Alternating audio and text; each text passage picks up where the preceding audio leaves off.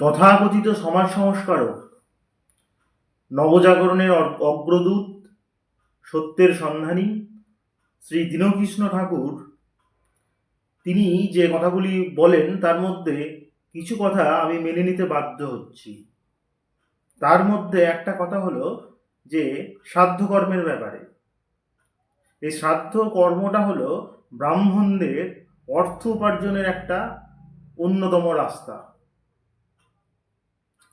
এই যে শ্রাদ্ধ কর্মের নাম করে ধুতি, গামছা, অর্থ, ঘটি বাটি থেকে শুরু করে বিছানা, চাদর, হ্যাঁ, খাট, সমস্ত কিছু নেওয়া হয়, এটা তাদের নিজেদের স্বার্থেই ব্যবহৃত হয়।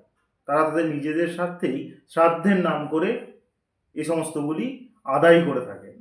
এই কথাটি দীনকৃষ্ণবাবু সঠিক কথাই বলেছেন।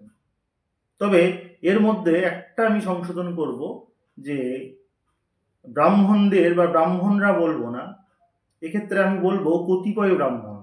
কারণ সমস্ত ব্রাহ্মণ পৌরোহিত্যের কাজ করেন না।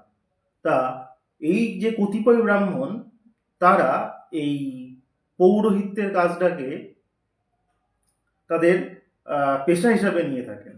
তাদের অর্থ উপার্জনের একটা অন্যতম প্রধান উৎস হলো এই কাজ। তাহলে সেটা বলতে গেলে দীনকৃষ্ণবাবুও তো পেশাগত কারণে বেশ মোটা অর্থই নিয়ে থাকেন। একজন ব্রাহ্মণ সে তার পেশাগত কারণে চাল ডাল, ঘটি বাটি শ্রাদ্ধ কর্মের জন্য তিনি নিয়ে থাকেন পারিশ্রমিক হিসাবে। আর দীনকৃষ্ণবাবুও কীর্তন গান করে মোটা অর্থ নিয়ে থাকেন। তাহলে ব্যাপারটা তো সমানই হয়ে গেল। মানে নিজের বেলায় আঁটিসাঁটি আর পরের বেলায় দাঁত কপাটি। আর এই দীনকৃষ্ণবাবু উনি কোনো সাধারণ মানুষ নন। উনি হলেন নবজাগরণের অগ্রদূত, উনি হলেন সত্য সন্ধানী, উনি হলেন সমাজ সংস্কারক। তাহলে একজন সমাজ সংস্কারক তিনি 1,00,000 টাকা ছাড়া সমাজ সংস্কার করবেন না, নবজাগরণ নিয়ে আসবেন না? এটা কিভাবে সম্ভব? মহাত্মা গান্ধীকে আমরা যে রূপে দেখে থাকি, যে খালি গায়ে হাঁটুর উপরে ধুতি পরে আছেন, এই রূপে যে আমরা দেখে অভ্যস্ত, কিন্তু তিনি প্রথমে এরকম ছিলেন না। তিনি যখন আফ্রিকাতে ছিলেন তখন তিনি কোট শার্ট টাই সমস্ত কিছুই পরতেন। কিন্তু তিনি পরবর্তীকালে যখন স্বাধীনতা আন্দোলনে এলেন, তখন তিনি দেখলেন যে ভারতবর্ষের সাধারণ মানুষের মধ্যে যদি স্বাধীনতার চেতনা জাগাতে হয়, তাহলে তাকে তাদের মতো হতে হবে। তো সেই জন্য তিনি ভারতবর্ষের সিংহভাগ মানুষ যে ধরনের বস্ত্র পরে থাকেন, যে ধরনের পরিধান করে থাকেন, তা তিনিও সেটাই করলেন। তার ফলে কি হলো না, তিনি দেশের সাধারণ মানুষের কাছে, সিংহভাগ সাধারণ মানুষের কাছে একজন গ্রহণযোগ্য নেতা হয়ে উঠলেন। তাহলে মহাত্মা গান্ধী, যিনি সারা জীবনে আপামর জনসাধারণের কাছে 1 পয়সাও না নিয়ে তিনি স্বাধীনতা এনে দিতে পারলেন, আর দীনকৃষ্ণবাবু 1,00,000 টাকা না পেলে সমাজ সংস্কার করতে পারবেন না? এ তো ভারী অদ্ভুত ব্যাপার। দীনকৃষ্ণ ঠাকুর তিনি নিজে বলেন যে তিনি অনেক পড়াশোনা করেন, তার সঙ্গে কথা বলতে গেলে পড়াশুনো করে আসতে হবে। তা আমি সেই সময়কার কথা বলছি, যে ওই চৈতন্যদেবের সমসাময়িক সময়কালের কথা। তখন কোনো পণ্ডিত তার নিজের মত প্রতিষ্ঠা করার জন্য তিনি দেশ ভ্রমণ করতেন এবং বিভিন্ন জায়গায় গিয়ে সেখানকার যে নামকরা পণ্ডিতরা ছিলেন তাদেরকে তর্কযুদ্ধে আহ্বান করতেন এবং তর্কযুদ্ধে তাদেরকে পরাজিত করে নিজের মত প্রতিষ্ঠা করতেন।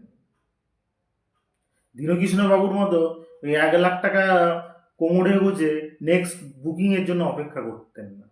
তা যিনি সমাজ সংস্কারক, যিনি সমাজকে সংস্কার করে নিজস্ব মত প্রতিষ্ঠা করবেন, প্রচলিত ধ্যান ধারণা ভেঙে দেবেন, তিনি 1,00,000 টাকা ছাড়া তিনি আসবেন না। আমি আমার এলাকার একটা দুর্গাপুজোর বাজেটের কথা বলছি, যেখানে প্যান্ডেলের জন্য বরাদ্দ ছিল 3 লাখ টাকা, লাইটিংয়ের জন্য বরাদ্দ ছিল ওই 1,40,000-এর মতো, আর দুজন পুরোহিতের জন্য বরাদ্দ ছিল 8,000 টাকা।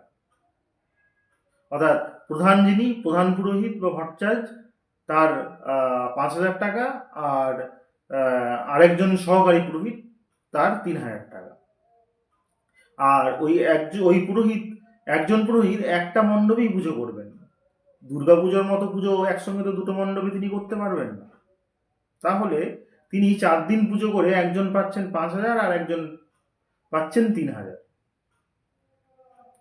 যে 5,000 বা 3,000-এ হয়তো তার 1 মাসের সংসারও চলবে না। আর দীনকৃষ্ণবাবু তিনি একদিনে মাত্র 3 ঘন্টা কীর্তন করে 1,00,000 টাকা নেন। মানে মাসে 3-4টা কীর্তন করলে ওনার মানে সারা বছরের সংসার খরচ উঠে যায়। আর উনি ব্রাহ্মণদের সমালোচনা করছেন। উনি বলছেন পৌরোহিত্য এগুলো টাকা রোজগারের ধান্দা। পুরোহিতের পুজোয় কোনো ফললাভ হয় না, এটা সত্যি।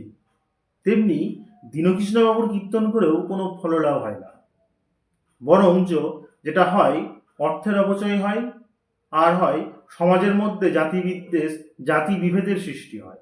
অদ্ভুত এই কলিযুগ, যেখানে একজন ডাক্তার সেও টাকা খায়, একজন পলিটিশিয়ান সেও টাকা খায়, একজন সরকারি কর্মচারী সেও টাকা খায়, আর যিনি একজন নবজাগরণের দূত, যিনি একজন সত্য সন্ধানী, যিনি একজন সমাজ সংস্কারক, তিনিও টাকা খান। তিনি 1,00,000 টাকা ছাড়া কথা বলেন না। 10 টাকা দিলে কখনো দীনকৃষ্ণ ঠাকুরকে আনা যাবে না। 50, 100, 200, 500 দিলে দীনকৃষ্ণ ঠাকুরকে আনা যাবে না। অনেক টাকা লাগে, অনেক টাকা লাগে, অনেক টাকা লাগে।